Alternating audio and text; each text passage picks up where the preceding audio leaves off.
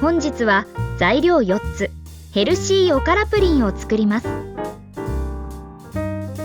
今回使った材料は、卵1個、ラカンカ 10g、おからパウダー 5g、豆乳 100g、卵1個、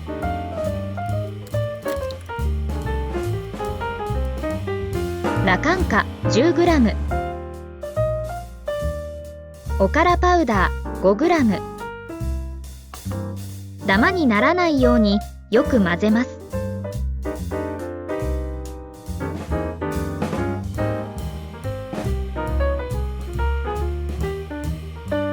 豆乳 100g、 お好みのミルクを使ってください。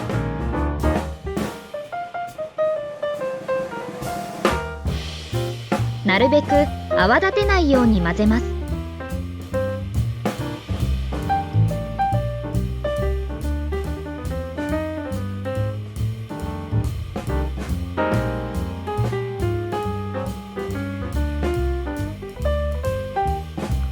600ワットの電子レンジで1分30秒から2分加熱します。